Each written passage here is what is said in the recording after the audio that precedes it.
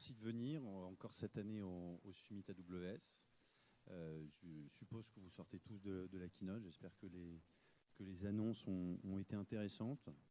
Et donc là, vous commencez maintenant avec cette session sur la transformation SaaS, ce marathon de toutes les breakout rooms. Et donc, merci d'être là avec nous. Et donc aujourd'hui, on va parler de ce sujet, de la transformation SaaS et comment bâtir une culture adaptée au cloud. Pour ce faire aujourd'hui, alors dans l'ombre pour le moment, mais dans la lumière plus tard, je suis avec Aymeric Taspino, qui est CTO d'Orisha, avec qui je travaille donc quotidiennement voilà, pour accompagner le groupe Orisha dans leur transition cloud. Et également Jocelyn Pinault, qui est Senior Manager de nos équipes de CSM, donc Customer Success Management, pour la France. L'agenda aujourd'hui est en 3 parties. Moi, je suis architecte solution et je ne m'occupe que d'éditeurs de logiciels. Donc, je vais vous parler avec mon regard de Solutions Architect, spécialisé sur ce domaine-là, pourquoi nos clients vont vers un modèle SaaS. Ensuite, Jocelyn, avec son regard de CSM, va vous parler de comment SaaSifier son entreprise. Comment est-ce qu'on passe d'un modèle on-premise à un modèle SaaS. Et finalement, Aymeric nous parlera de son expérience avec Orisha. Comment est-ce que cette entreprise, avec aujourd'hui plus de 60 produits, fait cette transition vers le cloud. Commençons par une question qui est quasi d'ordre philosophique. Qu'est-ce que le SaaS? Le SaaS a 2 dimensions. La première, c'est que c'est un modèle de fourniture de logiciels et économique. Donc, fourniture de logiciels, on sort du modèle où voilà, en tant que client, on allait acheter sa licence, par exemple, à Microsoft pour Microsoft Office. On prenait ça sur une clé USB, une disquette ou un DVD et qu'on installait sur notre ordinateur. Maintenant, tout simplement, on va cliquer sur un bouton, on va y accéder dans un navigateur web. Et la deuxième dimension, c'est une approche qui va être centrée sur le service et à faible friction. Alors on reviendra sur ces termes, mais l'idée, encore une fois, on vend une fois avec un petit peu de support, on passe sur un modèle récurrent en permanence, faible friction. L'idée, c'est que ça va être moins pénible pour aller faire des montées de version, ça va être plus facile de faire de l'onboarding. Mais ça, c'est des choses sur lesquelles on va revenir. Alors commençons sur pourquoi le SaaS. Pourquoi le SaaS? La première partie, on va commencer sur la proposition de valeur pour les clients des éditeurs de logiciels. Et ensuite, on parlera évidemment de la proposition de valeur pour les éditeurs de logiciels eux-mêmes. Premièrement, la simplification de la gestion de l'IT.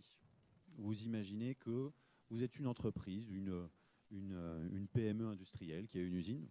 Eh bien, avant, vous deviez avoir votre salle serveur, potentiellement à côté de l'usine, dans laquelle vous alliez installer du coup ces serveurs, la fibre, etc. et avec votre logiciel qui tourne dessus. Ça demande du temps, ça demande des gens, ça demande des compétences. Et puis ensuite, ça présente un risque s'il y a un incendie, par exemple, dans l'usine. Eh bien, en dessus de l'incendie, vous pouvez potentiellement perdre toute votre comptabilité depuis 10 ans. Donc ça, c'est un vrai risque dont aujourd'hui, beaucoup d'entreprises veulent se séparer. La deuxième dimension, c'est la facilité d'onboarding. Beaucoup de RP, par exemple, ont des projets d'implémentation de 6 mois, 1 an, 18 mois. Et cette idée de ça, c'est aussi la promesse du SaaS, c'est d'arrêter ça, d'aller le réduire. Alors, il y a toujours des projets d'onboarding qui vont durer plusieurs mois. Hein, il n'y a pas de magie non plus. Mais peut-être qu'on peut passer 12 mois à 3-4 en n'ayant plus à prévoir. Du coup, on retombe sur la simplicité de gestion de l'IT, en n'ayant plus à acheter des serveurs, attendre qu'ils arrivent. Si le canal de Suez est bloqué, ça complique encore les choses. Voilà. Le pricing à l'usage, pour ceux qui sont clients d'AWS ici, vous en voyez sûrement déjà l'intérêt, qui est de dire on peut du coup augmenter notre capacité, on paye plus quand on l'augmente, mais en même temps on peut la réduire.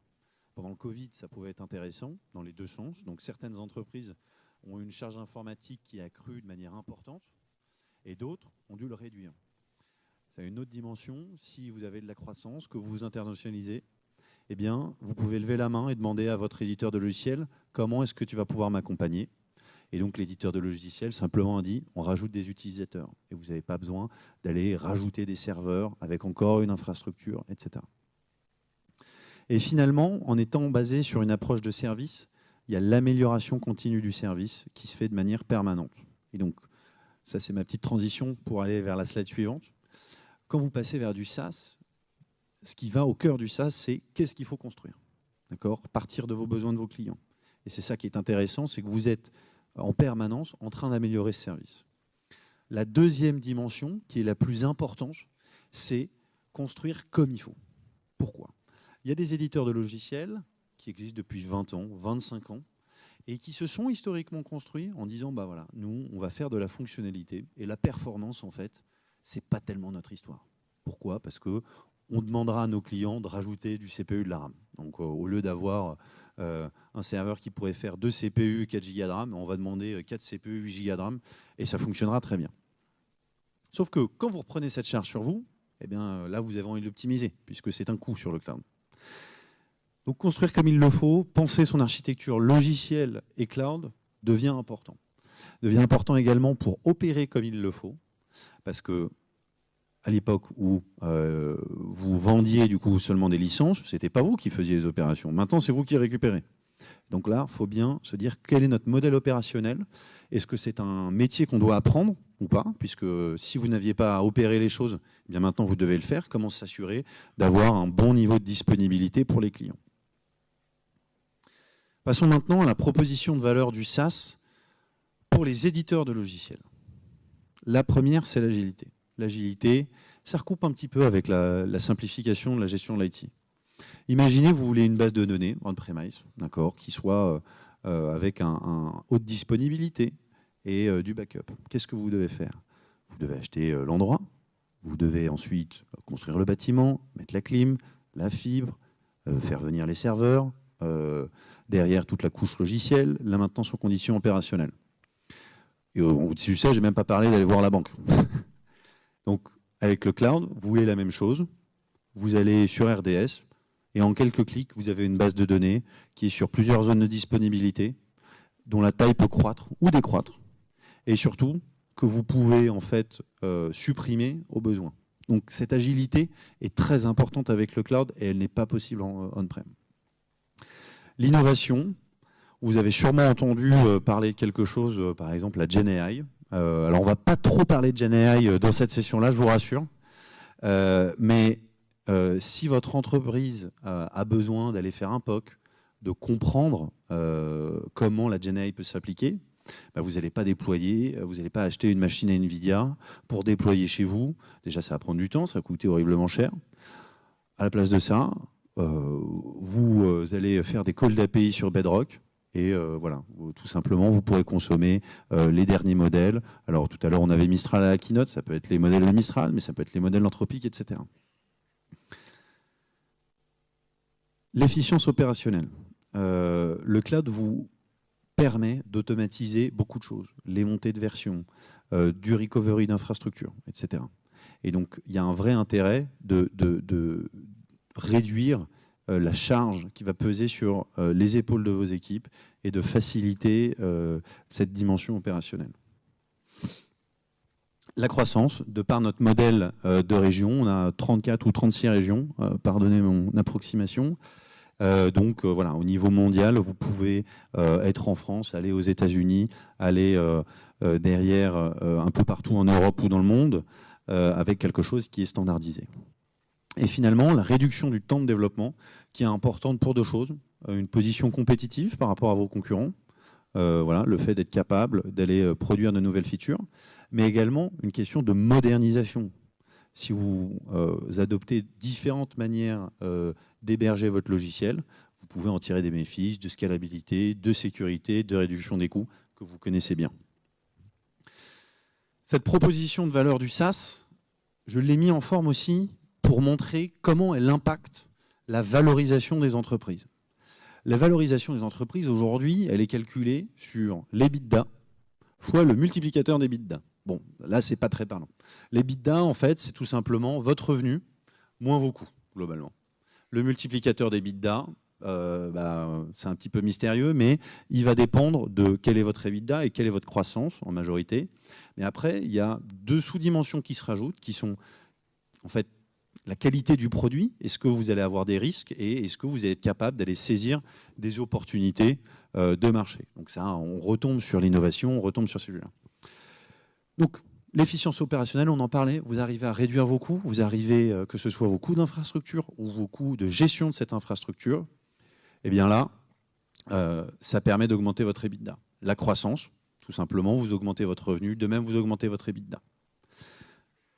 Le multiplicateur d'EBITDA, il est dépendant du coup de la valeur de cet EBITDA, mais aussi de cette croissance. Mais après, on retombe sur cette dimension de l'innovation, le fait de pouvoir produire de nouveaux services, etc. Et les entreprises qui vont dans le cloud ont des points de multiplicateur d'EBITDA en plus parce que la qualité de leurs produits, la modernité de leurs produits est plus importante. Je m'arrête ici pour passer la main à Jocelyn qui va vous parler de comment sassifier son entreprise. Merci beaucoup.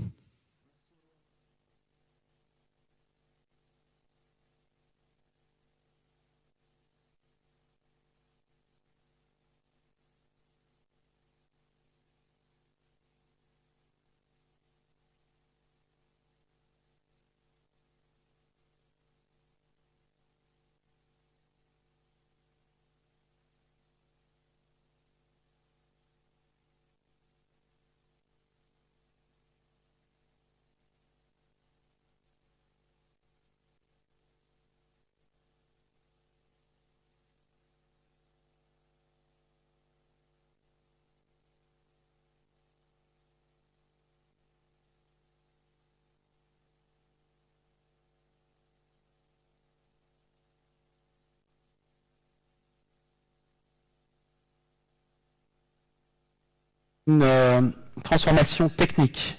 Et ce qu'on va avoir, ça va être une vraie portée organisationnelle forte et tout ou partie de vos départements seront impactés par cette transformation. Donc il faut vraiment voir ça comme une transformation d'entreprise. Il y a un point qui est très très très important, le pricing.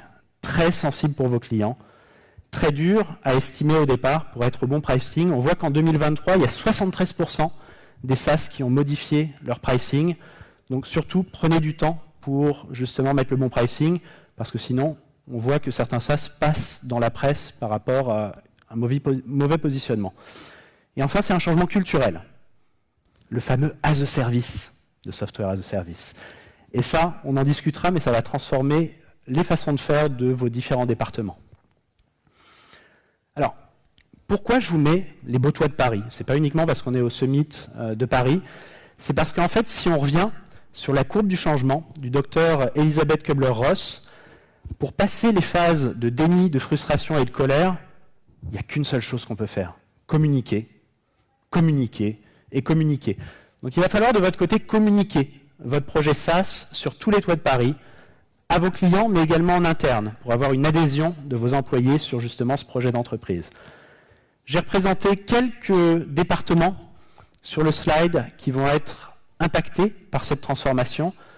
On peut voir sur la droite que vos équipes de Professional Services, pour tout ce qui était custom code ou implémentation chez vos clients, va devoir apprendre à également opérer le produit que vous fournissez désormais dans le cloud. Et puis on voit que toutes les personnes qui répondaient en fait aux problématiques, au customer support de troubleshooting, auront des possibilités d'avoir un peu plus de proactivité. Ce qu'on retient, c'est qu'il y a une vision, plusieurs chemins. Tout commence toujours de la même façon. C'est aujourd'hui, j'ai envie de passer vers le SaaS. On commence par essayer d'innover un petit peu quel pourrait être le minimum viable product, le produit que vous aurez dans le SaaS. Donc on va commencer de cette façon-là. On va itérer, innover pour essayer d'avoir une idée précise de quel serait le rendu pour nos clients et quelle techno utiliser. Par contre, ensuite, il y a un passage qui est souvent oublié, qui est l'alignement du leadership. C'est ce qu'on se disait, il y a différents chemins que vous pouvez prendre pour amener votre logiciel vers le mode SaaS. Il faut que ce soit vraiment synchrone avec votre stratégie d'entreprise. On retrouve deux grosses stratégies. Des personnes qui sont plutôt dans la rétention, la team rétention pour faire jeune, et une team acquisition. Donc si on regarde la team acquisition, donc pour essayer d'acquérir soit de nouveaux clients, soit de nouveaux marchés, un des chemins préférés, c'est de commencer par migrer au départ votre logiciel tel quel, et puis ensuite d'appliquer un masque API pour isoler chacune des fonctions en fait, de votre logiciel monolithe pour pouvoir en fait itérer et moderniser chacune des fonctions. Alors Eloi le mentionnait, on ne va pas beaucoup parler de GenAI, mais par exemple, si vous souhaitez tester sur un module, sur une fonction précise de la GenAI à cet endroit-là, vous pouvez très bien le faire sans avoir à changer l'intégralité de votre software. Donc on appelle ça justement le strangle fig pattern ou le figuier étrangleur en français. On a également des clients qui se disent, et je vais recommencer depuis from scratch. Directement, je vais construire dans le cloud. Là, on a une entreprise qui était dans le domaine de la banque, qui est venue nous voir et qui avait besoin d'une nouvelle solution de compliance. Et plutôt que d'ajouter des capacités à un logiciel existant, ils ont décidé, pour gagner en rapidité en fait, et acquérir ces nouveaux marchés, de tout reconstruire et de reconstruire un petit SaaS pour cette solution de compliance. Donc ça, c'est également une possibilité. Si on passe de l'autre côté du spectre, on va être dans la team rétention. Donc le but, ça va être d'essayer de préserver autant que faire se peut sa base installée. Ça peut être pour des problématiques techniques, ça peut être pour des problématiques aussi de type, de cœur de client. Dans ce cas-là, ce qu'on va faire, c'est un copier-coller, un lift and shift en service managé. C'est-à-dire que vous allez mettre tout ceci dans une infrastructure AWS et ensuite streamer, diffuser en fait les applications vers vos clients. Donc on peut utiliser Amazon AppStream, par exemple, deuxième du nom, qu'on a chez nous. Et il y a différentes techniques de ce côté-là. Il y a enfin une quatrième voie, mais comme dirait l'acteur Jean Dujardin, non, je crois pas, non, pas envie. En tout cas, si vous n'avez pas le choix, il faut vraiment communiquer sur quelle sera la fin de support pour rester on-premises, donc continuer on-prem, et avoir des passages, des chemins de migration clairs et précis pour vos clients pour rejoindre l'une et l'autre des options que vous aurez choisies. Transformation. Ça commence par les équipes de vente. Des équipes de vente qui ont vendu pour certaines depuis 15-20 ans des licences et de la maintenance. Comment transformer justement et comment essayer de les accompagner pour cette première année de transition où on va avoir en général la reconnaissance de revenus qui va baisser. Des nouveaux mots comme ARR, Committed ARR, Annual Run Rate. On va avoir également Cost of Acquisition. Donc pas mal de nouveaux concepts qu'il faudra prendre en compte également pour les targets et les objectifs de vos vendeurs pour que ce soit justement challenging but achievable, comme on dit chez nous. Le modèle de prix est très important. Et même si vous avez beaucoup de SaaS qui sont allés voir vos clients et qui ont déjà négocié en fait ces nouveaux prix, qui vont comprendre l'infrastructure et les opérations de ce software, en général, il faut mieux préparer un petit argumentaire pour qu'ils soient prêts justement à comprendre que ce n'est pas une hausse de prix, mais que vous intégrez d'autres services qu'ils n'auront plus à mettre. Et en général, ces acheteurs-là, ils n'ont pas forcément ces métriques, ils ont un métrique sur le prix de la licence, mais ils n'auront pas forcément les métriques du coût complet. Enfin, on a vu que beaucoup d'éditeurs de logiciels utilisaient des incentives pour leurs sales, pour justement essayer de passer plus sur un modèle SaaS, et également sur les premières références clients. Parce que c'est important les premières références clients. Les premiers qui vont passer vont pouvoir montrer la voie aux autres et seront des références pour l'intégralité de votre base installée. Enfin, il y a vraiment un département qui va changer, c'est le département produit. Alors qui dans la salle a des équipes chez eux qui s'appellent encore recherche et développement? On en voit certains, pas mal. Qui dans la salle a des équipes de développement qui est un centre de coût et pas un centre de profit? A tout le monde déjà un centre de profit? Je suis étonné, mais c'est très bien. Mais en tout cas, si ce n'est pas le cas, c'est quelque chose, on ne passe pas du jour au lendemain comme ça, mais c'est un état d'esprit, une mentalité qu'il faudra transformer. Il faudra justement passer également d'une mise à jour majeure, qu'on avait de temps en temps biannuelle ou annuelle, à une mise à jour en continu. Amazon.com, notre site, il y a 50 millions de mises à jour dans une année. Ça veut dire que là, depuis le temps qu'on a parlé, il y avait à peu près 1800 mises à jour qui s'est mis en place, rien que le temps du début du talk qu'on a eu ensemble. Donc comment vous arrivez justement à faire passer et à automatiser votre façon de mettre en prod même le vendredi, pour que ça n'impacte aucun de vos clients. Enfin, communication encore, communication avec vos clients sur les futures capabilités que vous allez mettre en place, sur également comment vous prenez leur retour, puisque vous avez beaucoup plus de possibilités d'avoir des informations sur leur data, mais quel processus vous mettez en place pour avoir une boucle de rétroaction afin de savoir quelle capacité vous devez construire après, sans écouter uniquement celui qui crie le plus fort. Nouvelles fonctions, nouvelles possibilités. On en a parlé, vous allez devoir désormais opérer le software que vous avez. Donc ça veut dire potentiellement des nouvelles skills, des nouvelles capacités pour vos personnes. Il va falloir faire de la formation pour qu'elles apprennent à opérer justement le logiciel dans le cloud. Également un principe de RTO, RPO. Donc qu'est-ce qu'on accepte et qu'est-ce que nos clients acceptent surtout en termes de perte de données et de retour au nominal par rapport à notre solution. Est-ce qu'on fait des tirs? Est-ce qu'on fait un seul pour tout le monde? Et dans ce cas-là, quel est-il? Parce que plus on va être petit, si on demande à un client, il va dire moi je veux 0 perte de data et retour au nominal de suite. Par contre, le coût que vous allez mettre en place derrière pour avoir cette haute disponibilité, dans certains cas, il le faudra. Parce que ça dépend de votre client et ça dépend du besoin derrière. Dans d'autres cas, on peut se dire que est-ce que 10 minutes c'est important? Est-ce que 1 minute c'est important? Est-ce qu'on parle de la milliseconde? Peut-être pas la milliseconde quand même, mais voilà. Puis enfin, j'ai mis la maintenance entre parenthèses. Pourquoi? Parce que autant que faire se peut, si vous commencez dans le cloud, automatisez.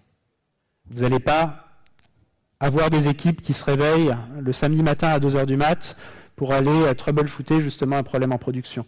Donc utilisez justement toutes les possibilités que permettent le cloud au niveau de l'automatisation, rollback et autres, parce que vous ne voulez surtout pas justement avoir le moins possible du manuel qui pourrait se mettre en place. Et enfin, une nouvelle fonction, Customer Service. On a de nouvelles possibilités. Maintenant, c'est disponible, votre logiciel, directement depuis un navigateur Internet, si vous le streamez. Comment utilisez-vous justement cette possibilité d'essai? Cette possibilité d'essai gratuit pour vos clients et d'accompagnement et en libre service. Donc avec des formations qui doivent être faites en libre service ou des pas à pas qui permettront à vos clients de l'essayer sans mobiliser des forces de vente. Vous allez avoir beaucoup d'informations sur des data, pas vraiment des data, mais des métadatas sur les clients qui utilisent très bien votre logiciel, des clients qui les utilisent bien, mais il y a certaines fonctions qu'ils pourraient utiliser mieux, et d'autres qui les utilisent très mal, et surtout, il faut les aider. Et puis une dernière possibilité qui est le management du churn. Comment on arrive à savoir qu'un client risque de quitter notre logiciel, justement, avec toutes ces métadatas, et qu'est-ce qu'on fait pour essayer de l'en empêcher? Désormais, je vous ai, dans un premier temps, dans cette première partie, on vous a présenté quelles étaient la façon théorique, justement, de tous nos clients. Mais ce qui est plus intéressant, c'est de faire venir sur scène, justement, Emric, le CTO d'Orisha, qui va nous faire un retour d'expérience sur quelle a été la transformation SaaS d'Orisha. Merci beaucoup. Bonjour à tous. Bonjour. Donc, je suis effectivement Emric Taspino, je suis le CTO du groupe Orisha. Orisha, c'est un éditeur de logiciels. On fait des logiciels métiers, des ERP en bon français, dans des verticaux bien particuliers, donc l'immobilier, la santé, la construction, l'agri-food et le commerce.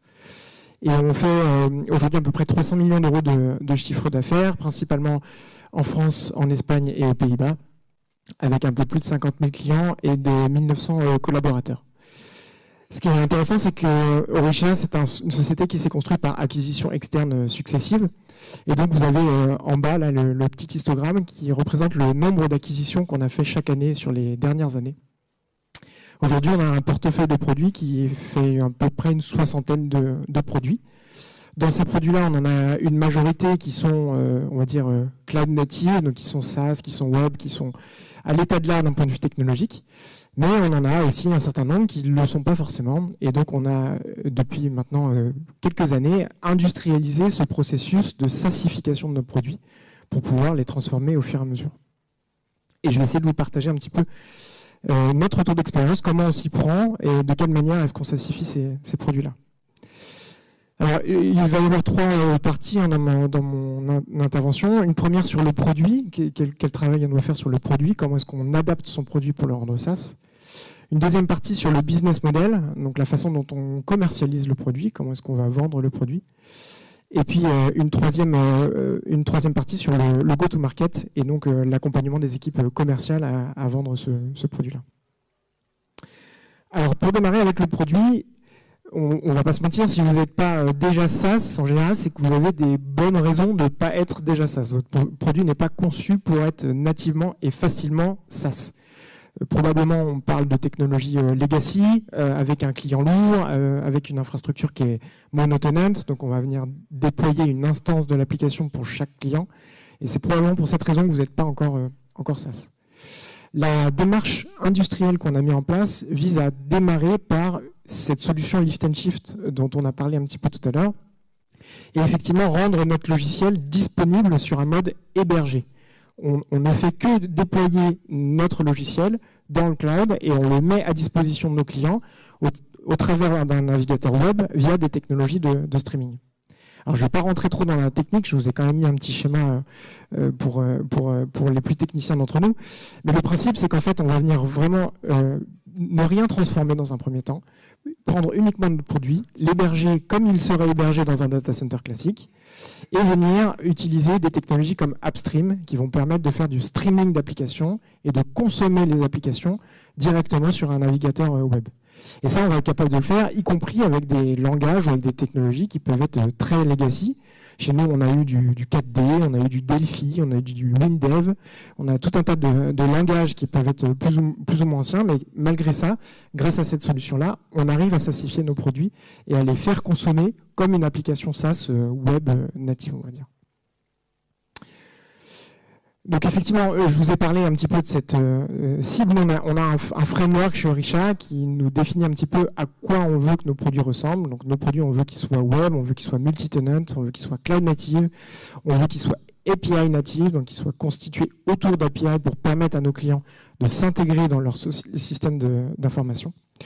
Et donc, le principe, c'est qu'on va vraiment commencer par cette migration, puis ensuite faire le refactoring progressif de l'application avec la fameuse stratégie du figuier étrangleur, et donc en reprenant module par module et en venant les réécrire de manière SaaS, multi-tenant, à la cible, on va dire, d'un point de vue technologique. Et l'objectif, en fait, c'est de faire tout de suite sa migration, puis de petit à petit, dans le temps, c'est un processus qui peut prendre 3-4 ans assez facilement, optimiser son infrastructure, mutualiser ses coûts d'infrastructure, réduire la charge de maintenance, réduire l'impact écologique. Mais ça, c'est un travail de longue haleine et qu'on peut faire beaucoup plus facilement une fois qu'on a migré nos clients sur le cloud, parce qu'on a la main sur les hébergements et on a la main sur les releases et le cycle de release des versions applicatives. Et puis en plus, une fois qu'on sera directement sur le cloud, on pourra tout de suite venir rajouter de l'innovation dans nos logiciels. Une fois qu'on a migré nos clients, c'est très facile de venir leur proposer une fonctionnalité de GenAI, une fonctionnalité d'IoT ou peu importe, qui va venir utiliser les catalogues de services des cloud providers, chose qu'on ne peut pas faire du tout quand on est hébergé on-premise chez nos clients. La modernisation, elle est vraiment infiniment plus simple quand les environnements sont chez nous, plutôt que d'attendre d'avoir un produit qui soit complètement moderne pour pouvoir migrer les clients dessus. Alors, je vous ai parlé un petit peu tout à l'heure du modèle de vente, donc comment est-ce qu'on va adapter la façon dont on commercialise effectivement son produit. Et effectivement, ça c'est quelque chose qui peut être assez problématique. Il faut être capable vraiment d'anticiper une perte de revenus d'un point de vue bilan quand on passe d'un modèle de vente de licence plus maintenance à un modèle de SaaS. Vous avez sur le graphique ici la courbe bleue qui représente les flux de revenus sur un modèle d'achat de licence, où on va avoir en année 1 en général un revenu élevé parce qu'on vend la licence, puis les 5 années suivantes un revenu assez bas avec la maintenance. La 6e année, peut-être qu'on va réussir à revendre une nouvelle version du logiciel et donc on a à nouveau un pic, puis à nouveau un plateau bas. En mode SaaS, on n'a pas ce pic-là, on a directement un coût qui est en général inférieur à ce pic-là, mais c'est un coût qui est stable tout au long de la vie du produit et on ne va jamais avoir de pic d'un point de vue revenu. La première année, clairement, c'est une baisse en termes de revenus, donc il faut être capable de l'anticiper. Et puis, il faut être capable aussi d'expliquer aux clients d'où viennent ces changements-là. On a un certain nombre de clients qui étaient très attachés au fait d'avoir du CAPEX plutôt que de l'OPEX. Ça peut paraître contre-intuitif, mais il y a tout un tas d'endroits, notamment dans les clients d'État, les clients de gouvernement. Ça peut être très compliqué d'avoir de l'OPEX, et donc l'approche CAPEX est préférée par ces clients-là. Et effectivement, donc on en a parlé un petit peu tout à l'heure, les prix, le TCO pour le client en SaaS, il est plus élevé que le TCO qu'on peut avoir à la maison quand on achète des licences. En tout cas, c'est une perception qui peut être réelle chez les clients. Et effectivement, le revenu pour Orisha, quand on simplifie nos produits, il fait entre x2 et x3,5. Parce qu'effectivement, on va venir mettre à disposition, inclure dans notre produit, les mises à jour, l'infrastructure, la cybersécurité, l'infogérance des environnements. Tout ça, ça va être inclus et donc ça justifie qu'on vienne augmenter nos tarifs. Il va falloir vraiment aider le client à comprendre, à calculer son TCO en comprenant quel coût il perd de l'autre côté, et il aura pu à s'acheter de serveurs, il aura pu à réacheter des nouvelles licences tous les 4-5 ans. Et ça demande vraiment beaucoup d'explications auprès des clients. Le dernier point, c'est donc l'adaptation du go-to-market avec la force commerciale. Alors, on en a parlé tout à l'heure.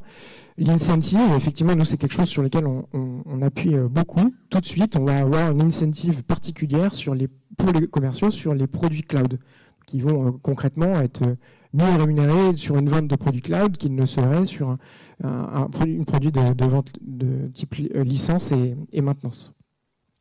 Le deuxième élément, c'est d'utiliser des leviers externes. Et là, aujourd'hui, on n'en manque pas des leviers externes. On vit effectivement dans un monde dans lequel les contraintes de cybersécurité, le risque de cybersécurité est de plus en plus fort. Et quelque part, proposer à nos clients d'avoir une tranquillité d'esprit en gérant nous-mêmes leurs données, leur hébergement, leur sauvegarde, c'est quelque chose qui est très appréciable.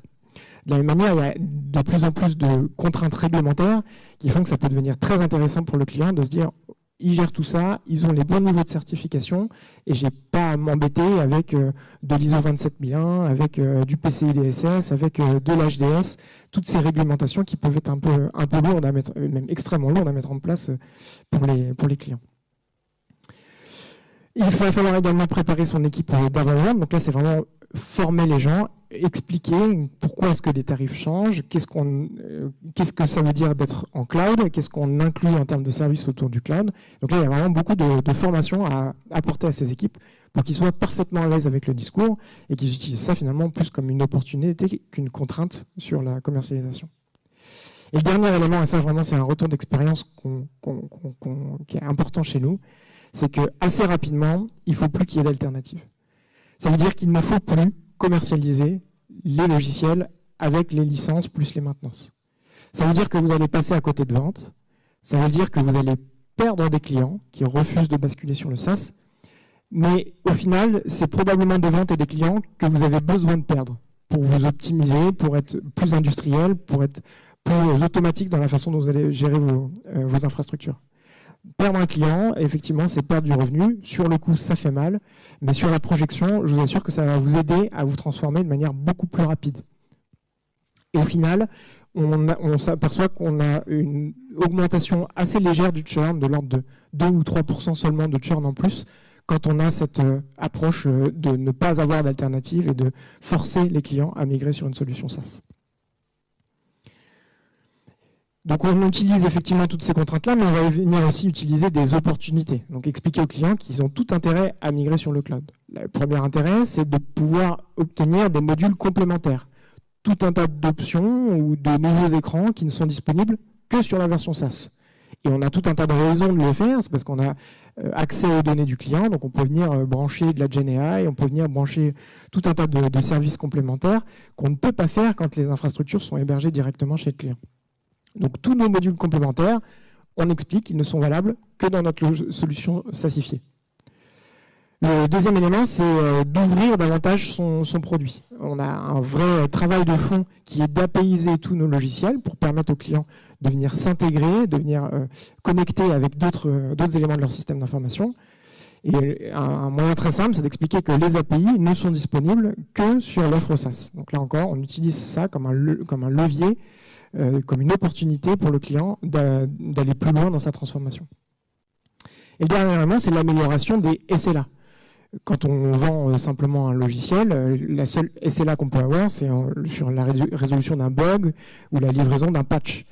Une fois qu'on est en mode SaaS, là, on a des SLA beaucoup plus intéressantes qu'on va pouvoir venir proposer. Du taux de disponibilité, du RTE, du RPO, on en a parlé un petit peu tout à l'heure. Et ça, vraiment, on peut l'utiliser comme levier pour commercialiser avec beaucoup plus de valeur pour le client. Ça encore, c'est impossible à faire. On ne peut pas s'engager sur des SLA quand les logiciels sont hébergés on-premise chez les clients, fatalement. Voilà, c'est tout pour moi. Je repasse la parole à Éloi pour conclure cette présentation. Merci beaucoup, Aymeric, et merci beaucoup de t'être rendu disponible aujourd'hui pour ce témoignage. Alors, pour conclure, je vous invite à 3 actions. Premièrement, on a, comme vous l'imaginez, une quantité de ressources astronomiques sur le SaaS sur AWS. Mais moi, je vous recommanderais d'aller consulter notre white paper. Notre white paper est très bien fait, c'est-à-dire qu'il parle un peu de 4 types d'entreprises différentes et comment ces entreprises-là vont passer vers le SaaS. La deuxième chose, n'hésitez pas à comprendre, pour ceux qui auraient déjà commencé cette réflexion cloud, quels sont les programmes qui sont à votre disposition, les programmes mis à disposition par AWS pour passer vers le cloud. On a 2 programmes qui peuvent être en particulier à souligner. Le Migration Acceleration Programme, qui est une méthodologie qui permet de structurer sa migration, mais qui fournit également un accompagnement financier pour éviter le double run. Et aussi le Workload Migration Programme, quand vous serez un petit peu plus avancé, ça permet de rapatrier des clients sur AWS avec des incentives qui sont là plutôt financiers que méthodologiques. Finalement, si vous avez déjà une équipe de compte, allez la voir et évaluez votre maturité cloud avec le SaaS Compass. Le SaaS Compass, c'est un outil que nous avons développé en interne chez AWS et qui permet, sur 5 dimensions, de vous donner votre maturité cloud. C'est souvent compliqué de savoir faire cette évaluation soi-même de cette maturité cloud. C'est pour ça qu'on a développé le SaaS le Compass. C'est pour vous aider à prendre conscience d'aujourd'hui de où est-ce que vous en êtes sur la maturité vers le SaaS. Finalement, nous avons un stand, un booth en fait pour les ISV, pour les SaaS, pour les entreprises qui font du logiciel. N'hésitez pas à venir nous voir sur ce stand pour échanger, pour que aussi nous puissions vous faire part de notre expérience dans l'accompagnement des éditeurs de logiciels. Voilà. Donc aujourd'hui, on aura vu pourquoi faire du SaaS, comment faire cette transition, et puis le témoignage d'Aymeric. Je vous remercie de votre temps, je vous remercie d'être là encore au Summit AWS. Et puis, si vous avez des questions, on se tiendra à disposition juste là. Voilà. Je vous souhaite une bonne journée à tous. Au revoir.